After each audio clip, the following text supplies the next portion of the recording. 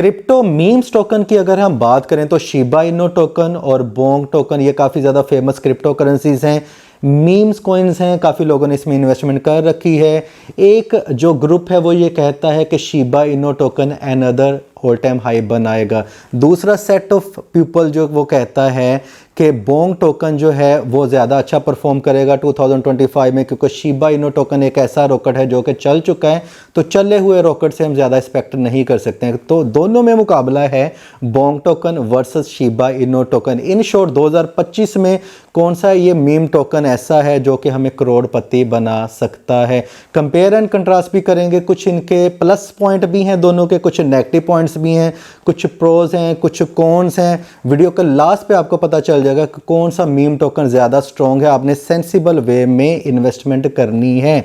चलिए जी, सबसे पहले कंपेयर एंड कंट्रास्ट कर लेते हैं, वीडियो ज़्यादा लंबी नहीं करूंगा। एज प्रॉमिस लॉन्च डेट की बात करें तो शिबा इनो टोकन 2020 अगस्त में, मतलब अगस्त 2020 में ये लॉन्च हुआ था, और बोंग टोकन जो कि सोलाना ब्लॉकचेन के ऊपर है ये दिसंबर 2022 में हुआ था। तो ये सीनियर जो टोकन है वो शिबा इनो टोकन है। ओके, नेटवर्क की बात करें तो शिबा इनो टोकन इथेरियम के प्लेटफॉर्म पे लॉन्च हुआ है, और जो बोंग टोकन है वो सोलाना के ब्लॉकचेन पे हुआ है। टोटल सप्लाई की अगर हम बात करें तो शिबा इनो टोकन की जो टोटल सप्लाई है वो काफ़ी ज़्यादा है, 589 ट्रिलियंस। ओके, और बोंग टोकन की जो टोटल सप्लाई है वो है 93 ट्रिलियंस। मार्केट कैप की अगर हम बात करें, चूँकि शिबा इनो टोकन ज़्यादा पुराना भी है, इसमें ज़्यादा एडवांसमेंट भी हुई है, लेकिन कुछ प्रॉब्लम्स भी हैं, वो वीडियो में मैं डिस्कस करूँगा। इसका जो मार्केट कैप है शिबा इनो का वो है 5.33 बिलियन, राइट। और जो बोंग टोकन का मार्केट कैप है वो है 642 मिलियन, मतलब यहाँ पे भी शिबा इनो जो है वो क्रॉस कर गया है बोंग टोकन को। डीफ्लेनेशरी टोकनोमिक्स, मतलब कि टोकन्स को बर्न किया जा सकता है इन दोनों के। जी बिल्कुल, दोनों के किए जा सकते हैं, दोनों का एक एक पॉइंट होगा, शिबा इनो का भी और बोंग टोकन का भी टोकन बर्न हो सकते हैं। लेकिन यहाँ पे टोकन बर्न की एक ऐसी स्टोरी है शिबा इनो की जो कि मुझे पता है 90% से भी ज़्यादा लोग जानते ही नहीं है कि शिबा इनो टोकन क्यों पंप हुआ था 2021 में, और आगे इसको किस किस चैलेंजेस का सामना है। और बोंग टोकन में जो बर्न सिस्टम है उसमें भी कुछ प्रॉब्लम्स हैं, ठीक है। आपने डिसाइड खुद करना है, वीडियो के लास्ट पे आपको ये पता चल जाएगा कि कौन सा टोकन है वो बेटर है इन्वेस्टमेंट करने के लिए, कौन सा ज़्यादा टोकन है वो जो हमें ज़्यादा अच्छा प्रॉफिट दे सकता है, कम इन्वेस्टमेंट को बड़ा कर सकता है। ओके, इनिशियल डिस्ट्रीब्यूशन मेथड, ये जो शिबा इनो था ये लिक्विडिटी पूल के तहत लोगों में डिस्ट्रीब्यूट हुआ था। यहाँ पे भी एक प्रॉब्लम है, ठीक है, मैंने बड़ी रिसर्च की है। बोंग टोकन को एयर ड्रॉप दिया गया था लोगों का ये, लेकिन यहाँ पे भी टीम ने कुछ हैंकी पैंकी की है। वो क्या है, मैं दोनों के चिट्टे खाते खोलने वाला हूँ आज।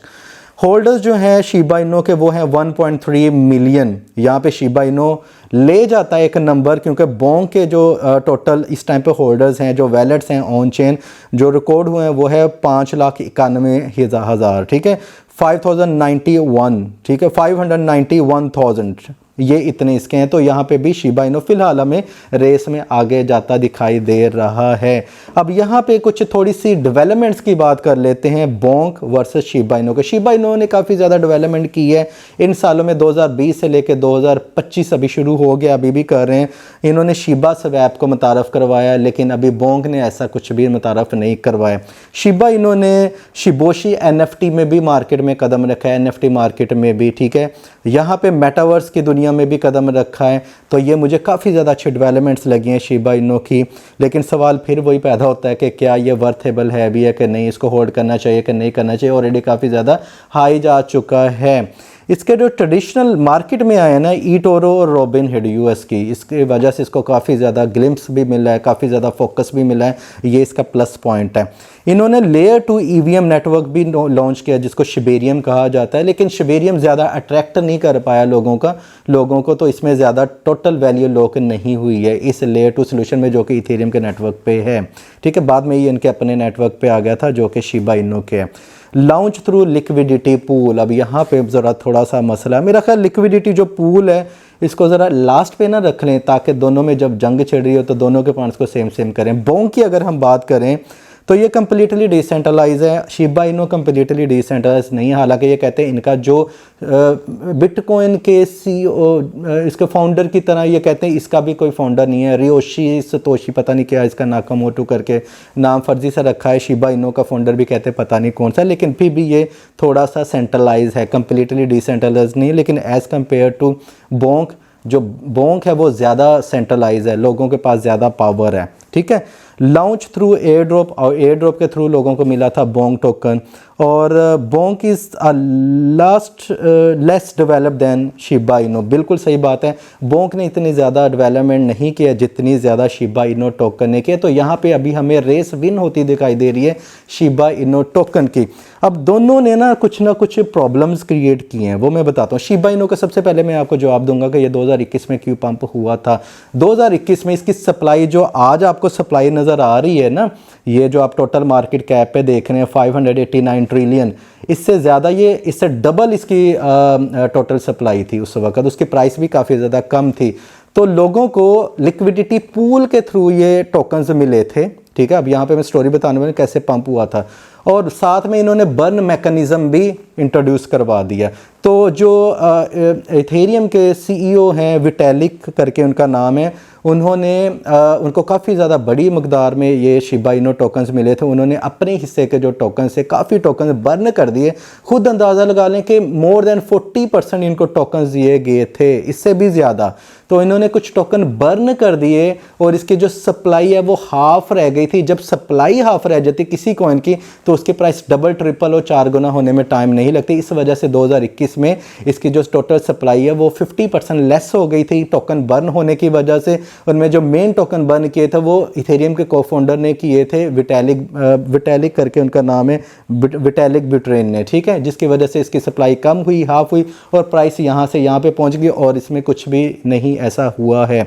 शिबा इनो टोकन में फिर शिबेरियम के वक्त मैं एक्सपेक्ट कर रहा था कि ये बहुत ज़्यादा प्राइस पंप होगी, लेकिन ज़्यादा पंप नहीं हुई थी। हर बुलरन में ये थोड़ा सा परफॉर्म करता है, अभी नीचे आ जाता है, फिलहाल ठंडा पड़ा हुआ है। बोंक की लोग आजकल ज़्यादा बातें कर रहे हैं, तो मैं आपको यहाँ पे बता दूं कि शिबा इनो टोकन है जो लिक्विडिटी पूल के थ्रू टोकन्स दिए थे, उनमें ज़्यादातर जो फ़ायदा हुआ था वो इनसाइडर जो ट्रेडर से, जो इनके टीम मेंबर से, अफ्यू वैलेट से, उनको फ़ायदा हुआ था। जिन्होंने ज़्यादा पूल किया था, स्टैक किए थे, उनको ज़्यादा ये टोकन्स मिले थे शिबा इनो। बाद में ये क्वेश्चन मार्क रह गया बड़ा सारा कि ये कम्प्लीटली डिसेंट्रलाइज है भी कि नहीं है। बोंक टोकन जो कि एयर ड्रॉप के थ्रू मिला था, फेयर डिस्ट्रीब्यूशन हुई थी, सोलाना होल्डर्स के सोलाना स्टैक्स के थ्रू लोगों को मिला था, और एक पर वैलेट को अप्रोक्सीमेट $500+ वर्थ के ये मिले थे टोकन्स। ठीक है, बोंक टोकन जो सोलाना के ब्लॉकचेन के ऊपर है। अब ये यहाँ पे आपको जो ज़्यादातर नज़र आ रही हैं, एडवांसमेंट नज़र आ रही हैं अब बोंक इनो की, सॉरी शिबा इनो की, वो इसलिए कि ये 2 साल पुराना भी तो है ना। अभी बोंक जो टोकन है इसको ज़्यादा परफॉर्म करने में इसको ज़्यादा टाइम भी चाहिए।